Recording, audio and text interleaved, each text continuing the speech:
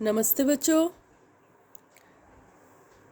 पिछली वीडियो में हमने हमारे सिलेबस में दिए गए दोनों मोनोसैकेराइड ग्लूकोज और फ्रक्टोज तक का काम सीख लिया था। उनकी रिंग स्ट्रक्चर्स, उनकी हावर्त संरचनाएं, ये सब हमने कर लिया। अब हमें शुरू करने हैं डाइसैकेराइड। थोड़ा सा रिवाइज करते हैं। मोनोसैकेराइड वो होते हैं जिनका और जल अपघटन नहीं हो सकता, या हम कहें कि वे और छोटे कार्बोहाइड्रेट नहीं देंगे, उन्हें कहते हैं मोनोसैकेराइड। अब हमें करने हैं जो अगला ग्रुप है कार्बोहाइड्रेट्स का संख्या के आधार पर, वो है ओलिगोसैकेराइड, जिसमें 2 से लेकर 10 तक मोनोसैकेराइड हो सकते हैं। और यदि 2 मोनोसैकेराइड आपस में मिल जाएं तब हम उसे कहते हैं डाइसैकेराइड। आपके सिलेबस में डाइसैकेराइड है, वो आपको करने हैं। तो डाइसैकेराइड का मतलब देखिए, जो 2 मोनोसैकेराइड अणुओं द्वारा मिलकर के बने हुए होते हैं, या इनके जल अपघटन करने पर 2 मोनोसैकेराइड मिलेंगे, उन्हें हम कहते हैं डाइसैकेराइड। ये दोनों मोनोसैकेराइड एक जैसे भी हो सकते हैं और अलग अलग भी हो सकते हैं। डाइसैकेराइड 2 प्रकार के रहेंगे, अपचायक और अनपचायक। इनकी डिटेल हम जब डाइसैकेराइड्स पढ़ेंगे, आपके सिलेबस में 3 डाइसैकेराइड्स हैं, सुक्रोज, माल्टोज और लैक्टोज। इन तीनों को जब हम पढ़ेंगे, इनकी डिटेल पढ़ेंगे, तब उसमें अपचायक और अनपचायक की बात कर लेंगे। सबसे पहले आपको जो डाइसैकेराइड पढ़ना है वो है सुक्रोज। सबसे कॉमन, सबसे ज़्यादा पाया जाने वाला डाइसैकेराइड है। इसे इक्षु शर्करा या केन शुगर कहते हैं। इक्षु मतलब गन्ना, गन्ने से प्राप्त शर्करा है ये।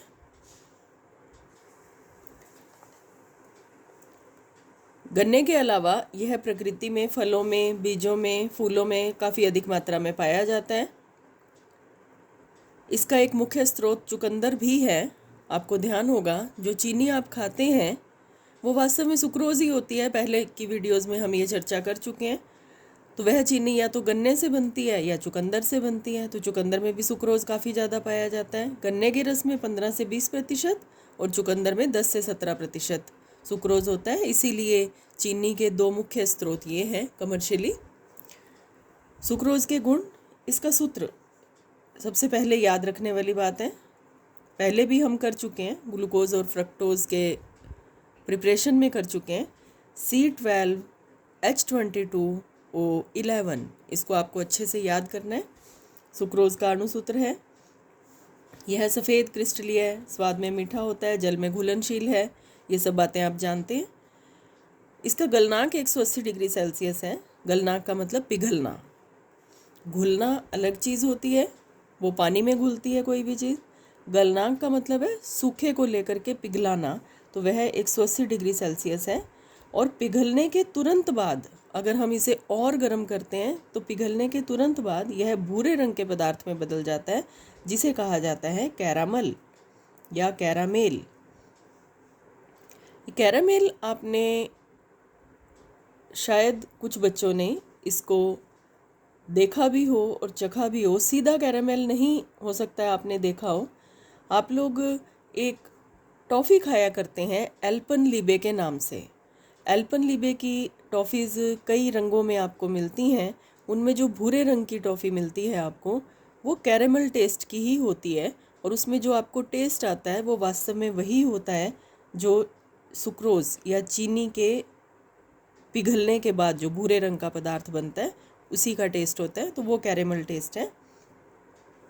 और सांद्र सल्फ्यूरिक अम्ल से क्रिया करवाते हैं तो यह कार्बन में बदल जाती है, हाइड्रोजन ऑक्सीजन निकल जाएंगे। यह अनपचायक शर्करा होती है। इसकी डिटेल आपको फिर दोबारा भी बताएंगे कि अनपचायक कैसे है यह दक्षिण ध्रुवण घूर्णक होता है। इसको अगर सुक्रोज को पानी में घोल लें और उसके ऊपर प्रकाश डालें तो प्रकाश दाईं ओर घूम जाएगा। यह दक्षिण ध्रुवण घूर्णक होता है और परिवर्ती ध्रुवण घूर्णक प्रदर्शित नहीं करता। परिवर्ती ध्रुवण घूर्णक मतलब म्यूटा रोटेशन, रखे रखे चेंज होना, उसे म्यूटा रोटेशन कहते हैं। अब है सुक्रोज की संरचना। दोबारा आ रहा है इसका अणुसूत्र। अगर हम सुक्रोज का जल अपघटन करते हैं, चाहे तो तनु अम्ल की उपस्थिति में करें, देखिए सांद्र अम्ल की उपस्थिति में करेंगे तो यह कार्बन में बदल जाएगा।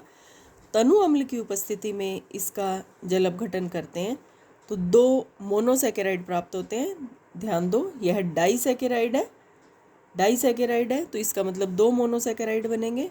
कौन कौन से 2 मोनोसैकेराइड बनते हैं वो देखिए।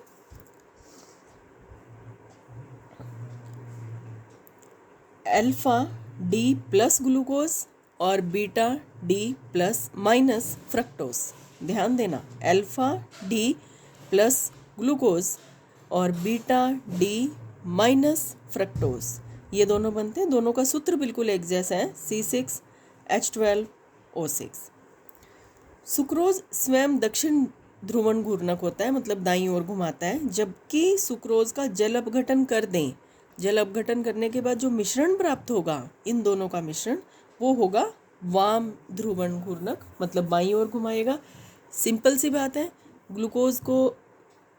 सुक्रोज को अगर पानी में घोल दें और उसका ध्रुवण घूर्णक देखें, उसके ऊपर प्रकाश डालें तो प्रकाश दाईं ओर घूमेगा।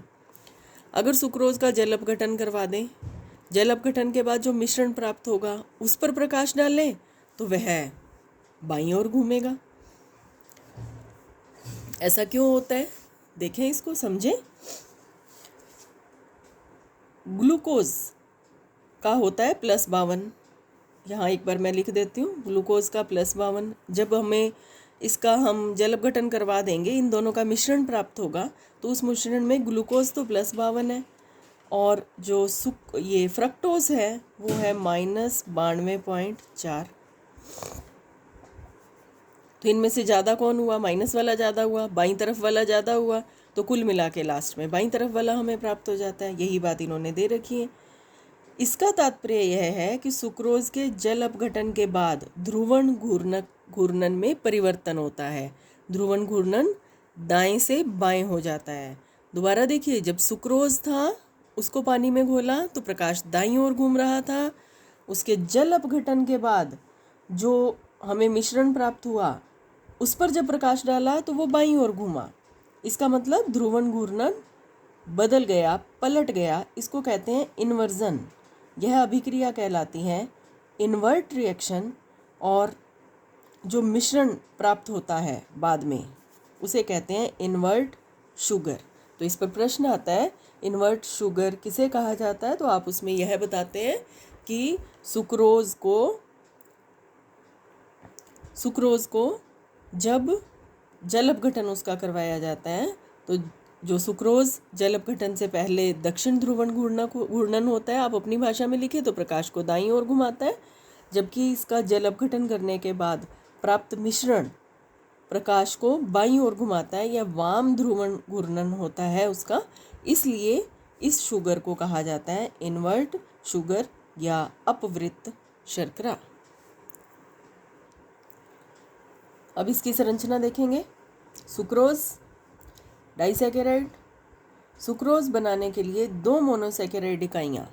अब क्योंकि अब हम इसकी संरचना पढ़ रहे हैं तो संरचना पढ़ने के लिए जिन जिन से यह बना है उनकी बात करेंगे। सुक्रोज बनाने के लिए 2 मोनोसैकेराइड इकाइयाँ, दैट इज़ कौन कौन सी हैं, alpha D plus glucose, beta D minus fructose, क्रमशः C1, मतलब अल्फा डी ग्लूकोज का तो कार्बन नंबर 1 और बीटा डी माइनस फ्रक्टोज का कार्बन नंबर 2। इनके मध्य ग्लाइकोसाइडी बंध बनता है। ग्लाइकोसाइडी बंध क्या होता है वो आपको जब स्ट्रक्चर बनाएंगे तब आपको बता देंगे। तो इसका मतलब है कि हमें 2 संरचनाएं पता होनी चाहिए, एक अल्फा डी ग्लूकोज और एक बीटा डी फ्रक्टोज। ये दोनों पता होंगी तो हमारा सुक्रोज में आगे का काम चल पाएगा। तो इसलिए पहले हम थोड़ी सी रिवीजन लेते हैं ग्लूकोज और फ्रक्टोज की संरचनाओं की, और उसके बाद हम सुक्रोज को बनाने की कोशिश करेंगे। तो देखते हैं।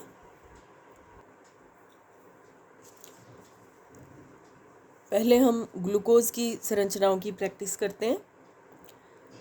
हमें सुक्रोज बनाने के लिए हावर्त संरचनाएं चाहिए। सीधा हावर्त संरचनाएं कई बार बच्चे नहीं बना पाते, तो हम रिंग स्ट्रक्चर से शुरू करते हैं।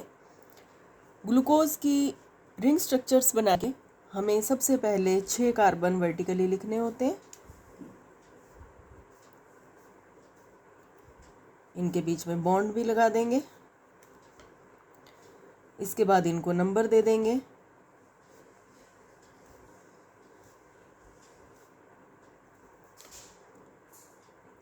नंबर देने के बाद 5 नंबर और 1 नंबर कार्बन के बीच में, क्योंकि हम इसकी रिंग स्ट्रक्चर बना रहे हैं, के बीच में ऑक्सीजन लगा देंगे। अब आपको याद है सिर्फ 3 नंबर कार्बन ऐसा है जिसमें OH बाईं तरफ रहता है, बाकियों में OH दाईं तरफ रहेगा। इसका OH बॉन्ड बनाने के लिए काम में आ गया, इसका H, और ये तो CH2OH ही होता है 6 नंबर कार्बन। अब 1 नंबर को एक बार छोड़ रहे हैं। ऐसे ही दूसरा ग्लूकोज बनाएंगे।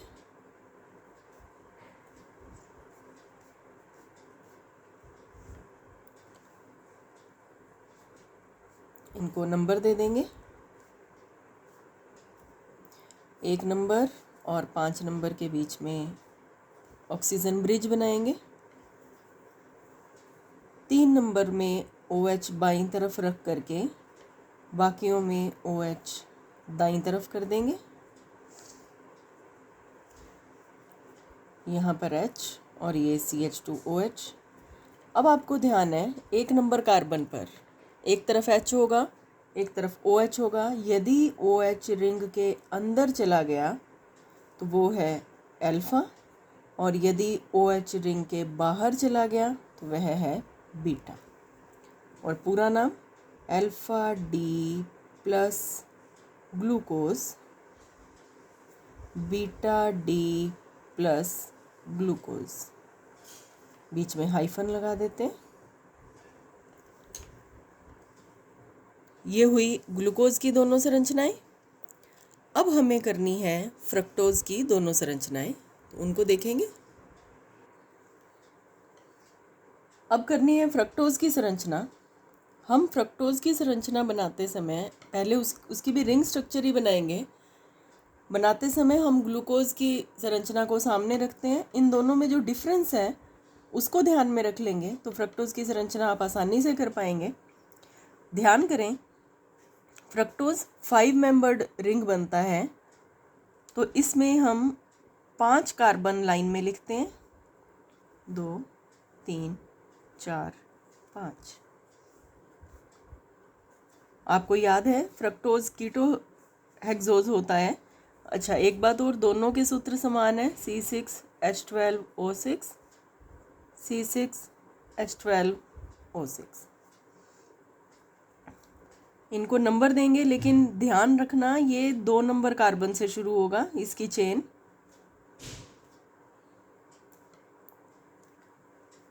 2 नंबर और 5 नंबर के बीच में ऑक्सीजन ब्रिज बन जाएगा। बाकी आप ध्यान से देखें कि बिल्कुल ग्लूकोज वाली संरचना रहती है। 3 नंबर कार्बन से हम शुरू करेंगे इसको। 3 नंबर में OH बाईं तरफ, इधर OH दाईं तरफ, यहाँ भी दाईं तरफ ही था तभी रिंग बना। और ये तो CH2OH होता ही है, और ये H। तुलना कर लें, 2 नंबर कार्बन से तो हमने शुरू किया। 3 नंबर कार्बन, 4 नंबर कार्बन, 5 और 6 बिल्कुल सेम है, कोई डिफरेंस नहीं है दोनों में। ऐसे ही बिल्कुल इधर दूसरी संरचना बना लेते हैं फ्रक्टोज की, 5 कार्बन। जितनी ज़्यादा बार इन संरचनाओं को अपने हाथ से निकालेंगे उतना ही ज़्यादा आप इसमें ट्रेंड होते जाएंगे। खाली समय में इन संरचनाओं को बनाइए और इनको बनाना इसको एंजॉय करें, मज़े लें इन संरचनाओं को बनाने के। आप आराम से इसमें ट्रेंड हो जाएंगे।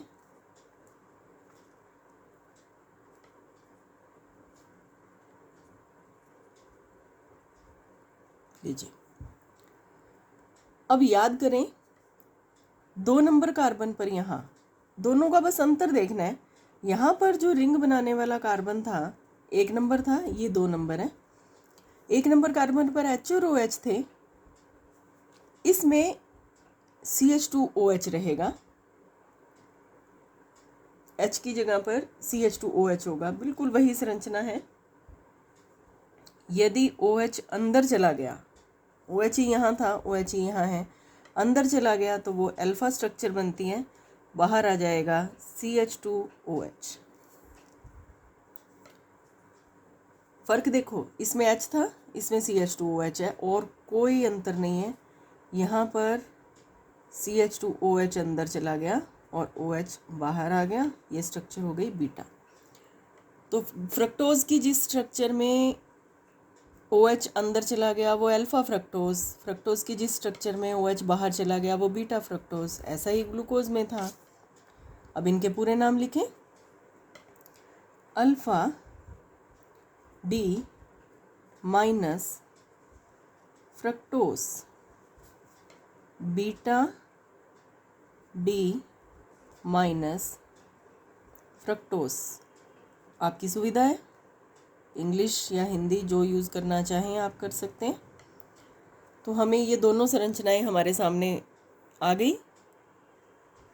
इनको रिवाइज़ कर लें, आप चाहें तो वीडियो को पॉज करें और इनको रिवाइज़ करें। जब आप इन संरचनाओं को अच्छी तरह बनाना सीख जाएंगे, उसके बाद हम आगे सुक्रोज़ का काम बहुत आसानी से कर पाएंगे। तो अब हम देखते हैं कि सुक्रोज़ में ये संरचनाएं किस प्रकार से काम आती हैं। अब देखें, हमने अभी अभी पढ़ा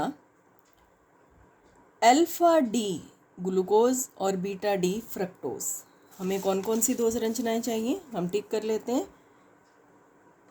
अल्फ़ा डी ग्लूकोज और बीटा डी फ्रक्टोज, ये 2 संरचनाएं हमें चाहिए, तो हम इनको बनाते हैं। पहले तो इस बात को आपको अच्छे से याद रखना पड़ेगा कि सुक्रोज़ में अल्फ़ा डी ग्लूकोज होता है और बीटा डी फ्रक्टोज होता है। तो अब हम यहाँ पर दोनों संरचनाएं बनाएंगे। पहले बनाएंगे अल्फ़ा डी ग्लूकोज और फिर बनाएंगे बीटा डी फ्रक्टोज, और दोनों की हावर्त संरचना अब हमें बनानी है। तो हावर्त संरचना को बनाने की कोशिश करते हैं इसको देख करके। हावर्त संरचना हम किस प्रकार बनाते हैं? ग्लूकोज की हावर्त संरचना बनाने के लिए हमने किया था कि हमें एक 6 मेंबर्ड रिंग बनाना पड़ता है, जिसके राइट कॉर्नर पर हम ऑक्सीजन लगा देते हैं। षटकोण के रूप में रिंग पूरा कर देते हैं। ये जो मुड़े हुए कॉर्नर हैं, कोण हैं, वो सभी कार्बन को दिखा रहे हैं, दर्शा रहे हैं। तो उन पर बॉन्ड बना देंगे, इनको नंबर दे देंगे। ऑक्सीजन के बिल्कुल साथ वाला जो कार्बन है राइट साइड पर, उसको 1 नंबर दे देते हैं।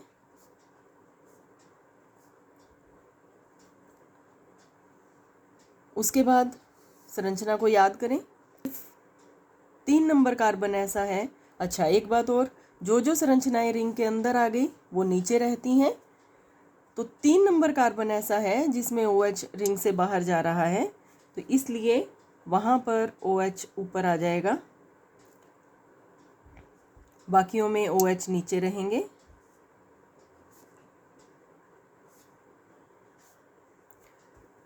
अब हमें चाहिए अल्फ़ा डी ग्लूकोज। हम यहाँ पहले ही लिख देते हैं जो हमें ज़रूरत है, alpha D glucose. Alpha structure वो होती है जिसमें OH रिंग के अंदर रहता है। अंदर का मतलब नीचे आ जाएगा। 6 नंबर कार्बन पर CH2OH है, 5 नंबर कार्बन पर हैवी ग्रुप ऊपर और हल्का ग्रुप नीचे। ये ग्लूकोज की हावर्त संरचना पहले भी बना चुके हैं, एक बार फिर हमने इसको रिवाइज किया। ध्यान दो, OH नीचे है, हमें जो सुक्रोज में बनाना है ग्लूकोज याद कर लें, 6 मेंबर्ड है, एक साइड पे ऑक्सीजन है, सभी में OH नीचे है 3 नंबर कार्बन को छोड़ करके, और 5 नंबर में तो CH2OH ऊपर रहेगा ही। अब हमें चाहिए बीटा डी फ्रक्टोस। ये रहा। फ्रक्टोस बनाने के लिए हम 5 मेंबर्ड रिंग बनाते हैं, आपको ये बात ध्यान है, जिसका टॉप कॉर्नर ऑक्सीजन से बना होता है। 5 मेंबर्ड रिंग बनाएंगे, सभी कार्बन पर बॉन्ड्स बना देंगे। इसका रिंग 2 नंबर कार्बन से शुरू होता है, इसलिए हम इसको नंबर दे देंगे 2, 3, 4, 5। बीटा स्ट्रक्चर है, CH2OH रिंग के अंदर है, जो अंदर है उसे नीचे, 3 नंबर कार्बन बिल्कुल ग्लूकोज जैसा ही रहता है, OH समूह रिंग के बाहर है इसलिए ऊपर, ये देखो 3 नंबर कार्बन। 4 नंबर कार्बन भी ग्लूकोज जैसा ही है, OH नीचे। 5 नंबर कार्बन पर हैवी ग्रुप को ऊपर लिखिए, CH2OH, और हाइड्रोजन 5 नंबर कार्बन पर 2 ग्रुप हैं नीचे। तो इस प्रकार से ये स्ट्रक्चर बन गई। ये 6 नंबर कार्बन हो गया, ये हो गया बीटा डी माइनस फ्रक्टोस।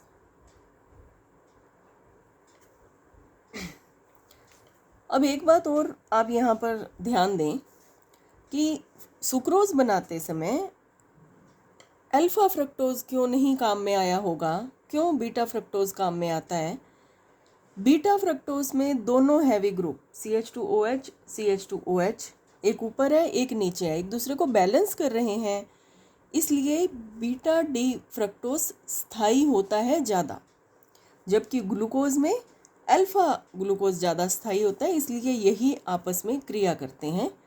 अब हमने संरचनाएं बना ली जो जो हमें ज़रूरत थी, अल्फा डी ग्लूकोज की और बीटा डी फ्रक्टोज की हावर्थ संरचना बना ली। ये दोनों आपस में जुड़ जाते हैं सुक्रोज बनाने के लिए। अब एक बात और ध्यान दें जो हमने पीछे की है, मैंने आपको पहले ही कहा था ये 2 लाइनें आपको अच्छे से याद रखनी है। C1, इसका तो C1 कार्बन बंद बनाने के लिए काम में आता है, और फ्रक्टोज का C2 कार्बन बंद बनाने के लिए काम में आता है। इसका मतलब क्या हुआ, ग्लूकोज का तो ये वाला कार्बन काम में आएगा और फ्रक्टोज का ये वाला कार्बन काम में आएगा, क्योंकि C2 काम में आना है। तो ये बंद कैसे बनेगा भाई, ये तो इधर है, 2 नंबर कार्बन दूर है एक नंबर कार्बन से, तो इसको सामने आना चाहिए, इस तरफ आ जाना चाहिए। तो ये इस तरफ कैसे आएगा, देखें। इस तरफ करने के लिए जो ये फ्रक्टोज है इसकी संरचना को हमें 180 डिग्री सेल्सियस पर घुमाना पड़ता है। 180 डिग्री सेल्सियस नहीं, सॉरी, वो टेम्परेचर होता है। 180 डिग्री कोण पर हमें इस पूरी संरचना को घुमाना पड़ता है। अब आपको बना करके दिखाते हैं कि ये संरचना घूमने के बाद किस प्रकार से बनती है, वो हम आपके सामने बनाते हैं।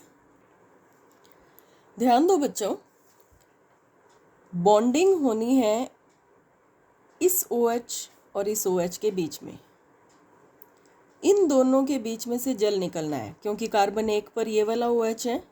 जो ग्लाइकोसिडिक बॉन्ड होते हैं वो हमेशा OH और OH के बीच में बॉन्ड बनता है और जल निकल जाता है। तो इसमें क्या होगा कि ये और ये, इन दोनों के बीच में बॉन्डिंग होनी है। अब यहाँ पर 2 समस्याएं हैं, एक तो यह है कार्बन की साइड दूसरी है और दूसरा OH ऊपर की तरफ है। तो इसके लिए दोबारा बता रही हूँ, हम इस पूरे फ्रक्टोज की संरचना को 180 डिग्री पर घुमा देते हैं। अब 180 डिग्री पर घुमाने में दो बातें होंगी, बहुत ध्यान से देखना। एक, दायां और बायां पलट जाएगा, जो भी भाग इधर थे वो घूम करके इस तरफ आ जाएंगे। आप इसको ऐसे समझ सकते हैं कि अगर जो ऐसे था वो ऐसे हो जाएगा और जो ऊपर वाले थे वो नीचे चले जाएंगे, मतलब संरचना ऐसे भी घूमेगी और ऐसे भी घूम जाएगी।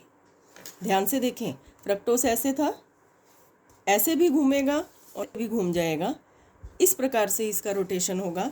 तो इसको घूमने के बाद क्या संरचना बनेगी वो अब हम बनाते हैं। बहुत ध्यान से बनाएंगे इसको। हम यहाँ पर समझने के लिए एक बार पेंसिल से लिख देते हैं 180 डिग्री रोटेशन। आपको ध्यान रह जाएगा, आपको एग्ज़ाम में नहीं लिखना, सिर्फ पेंसिल से लिख लेना अपनी कॉपी पर, ताकि आपको याद रह जाए कि हमने यहाँ क्या किया है। बिल्कुल उसी तरह से 5 मेंबर्ड रिंग बनाएंगे। ऑक्सीजन,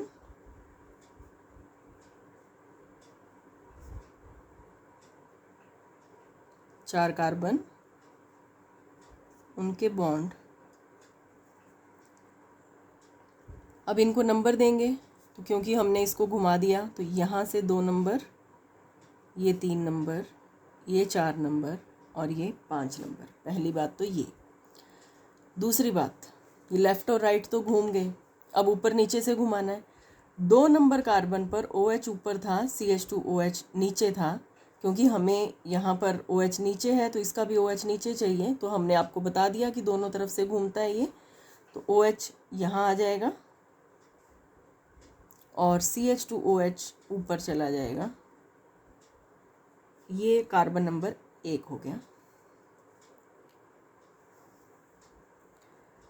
3 नंबर कार्बन देखिए, OH ऊपर था वो नीचे आ जाएगा और H ऊपर चला जाएगा। 4 नंबर कार्बन, OH नीचे था, यह ऊपर चला जाएगा और H नीचे आ जाएगा। 5 नंबर कार्बन देखिए, CH2OH ऊपर था वो नीचे आ जाएगा और H ऊपर चला जाएगा। हमने इस फ्रक्टोज को ऐसे घुमा दिया, घुमाते ही रिंग तो वैसे का वैसे ही बनाया, बस कार्बन के नंबर बदले हैं। पहले 2 3 4 5 इधर से थे, अब 2 3 4 5 इधर से हो गए। ये हो गया 6 नंबर कार्बन। और इन ग्रुप्स को उल्टा कर दिया, अपसाइड डाउन कर दी। ये जैसे था वैसे के वैसे ही लिख लेंगे, इसमें कोई परिवर्तन नहीं है। इस प्रकार से इसको हमने एज इट इज़ नीचे ले लिया। अब हमें ग्लाइकोसिडिक बॉन्ड बनाना है। ग्लाइकोसाइडिक बॉन्ड या ग्लाइकोसिडिक बॉन्ड का मतलब होता है 2 OH जुड़ जाते हैं और जल का एक अणु निकल जाता है। 2 OH जुड़ेंगे, आपको पता है जल होता है HOH, एक का पूरा OH निकल जाएगा, दूसरे का सिर्फ H निकलेगा। तो ये देखिए क्या संरचना बनती है। हम यहाँ एरो लगाते हैं, माइनस जल दिखा देते हैं। अब इन दोनों संरचनाओं को जोड़ना है।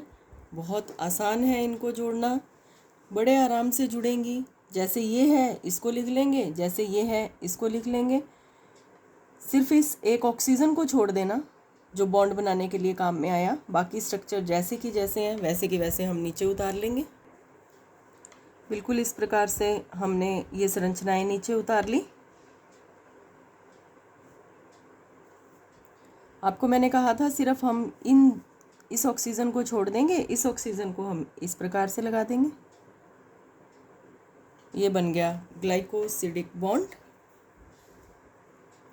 इसको हम ग्लाइकोसिडिक बॉन्ड बोलते हैं।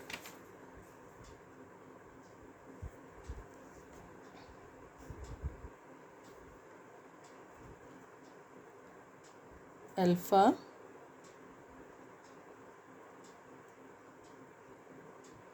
Glycosidic bond.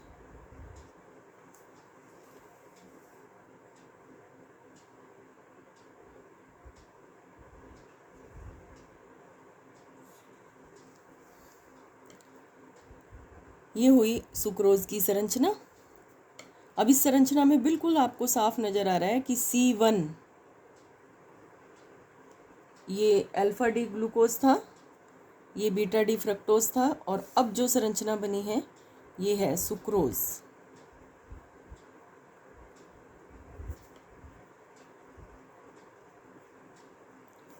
तो सुक्रोज में ग्लूकोज का C1 और फ्रक्टोज का C2, देखो 2 नंबर कार्बन है, आपस में ग्लाइकोसाइडिक बंध द्वारा जुड़े रहते हैं। तो ये सुक्रोज की संरचना हुई। तो इसको आप अच्छे से समझें, इसकी प्रैक्टिस करें। सुक्रोज की स्ट्रक्चर को बहुत बढ़िया ढंग से आप करें, क्योंकि इसको एग्ज़ाम में पूछा जाता है कई बार।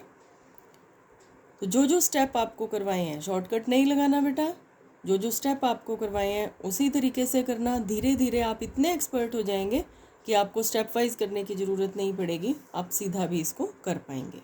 Thank you.